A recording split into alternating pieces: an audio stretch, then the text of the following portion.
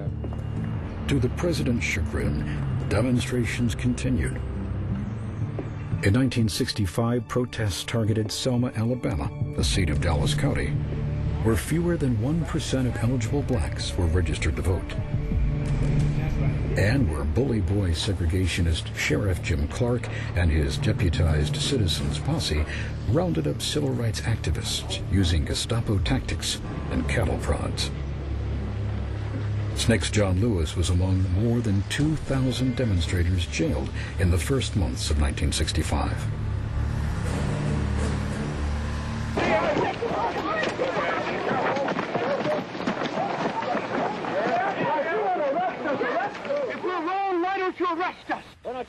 The Reverend C.T. Vivian, an organizer for the Southern Christian Leadership Conference, led the Selma campaign. We're willing to be beaten for democracy, and you misuse democracy in the street. You beat people bloody in order that they will not have the privilege to vote. You beat me in the side and then hide your blows. Well, go on. No, I don't need to leave. We have come to register to vote. And you must realize that this is a national issue. It's not a Selma issue. It's not an Alabama issue. This is a national issue. Whenever anyone does not have the right to vote, then every man is hurt. I don't need to leave. We have come to register. On the night of February 18th, state troopers savagely attacked Vivian and other demonstrators. In the chaos, a young man named Jimmy Lee Jackson was shot at point-blank range in what the local newspaper called a nightmare of state police stupidity. He was murdered by the irresponsibility of every politician from governors on down who has fed his constituents the stale bread of hatred and the spoiled meat of racism. The tragedy galvanized the Selma voting rights campaign. SCLC's James Bevel proposed a symbolic march from Selma to the Alabama state capitol in Montgomery, more than 50 miles away. On March 7, 1965, SNCC's John Lewis and the SCLC's Hosea Williams led a procession of more than 500 marchers over the Edmund Pettus Bridge. Alabama state troopers, clad in gas masks and riot gear, waited on the other side. It'll be detrimental to your safety to continue this march, and I'm saying that this is an unlawful assembly. You are ordered to disperse, go home, or go to your church. This march will not continue.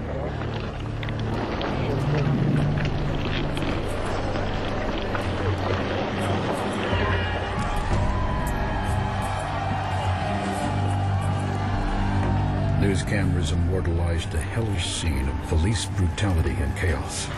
Images of Bloody Sunday shocked the nation.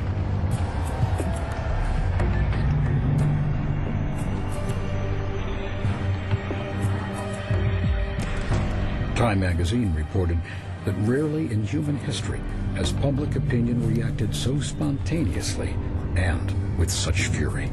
We have no alternative but to keep moving with determination.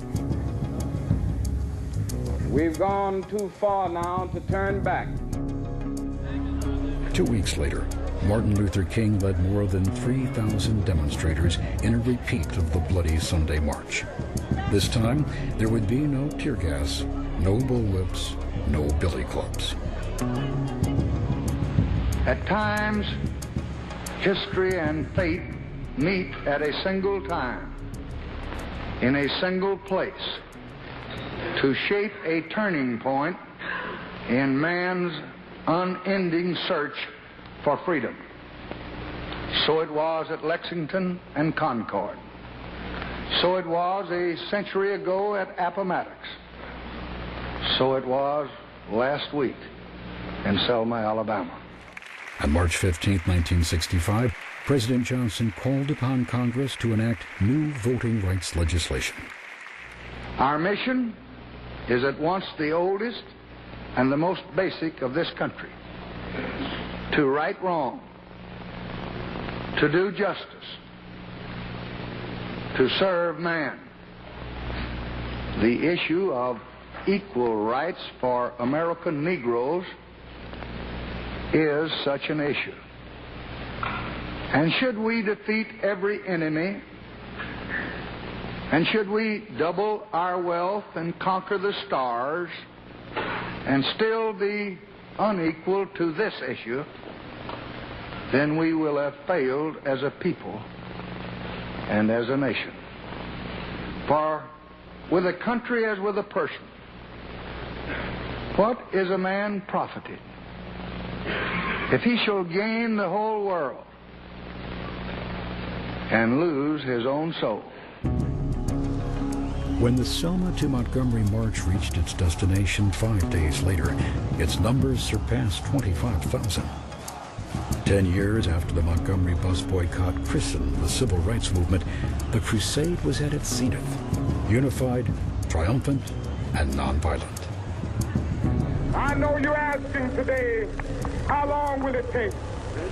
How long? Not long. Because the arc of the moral universe is long, but it bends towards justice. How long? But even as Martin Luther King reassured the faithful that their goal was within reach, divisions between the old guard and young militants within SNCC threatened to splinter the movement itself.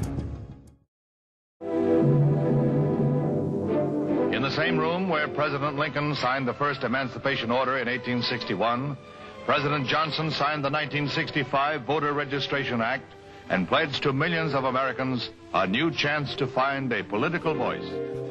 On August 6, 1965, just 5 months after the violence of Selma and the President's civil rights appeal to Congress, Lyndon Johnson signed into law the Voting Rights Act of 1965.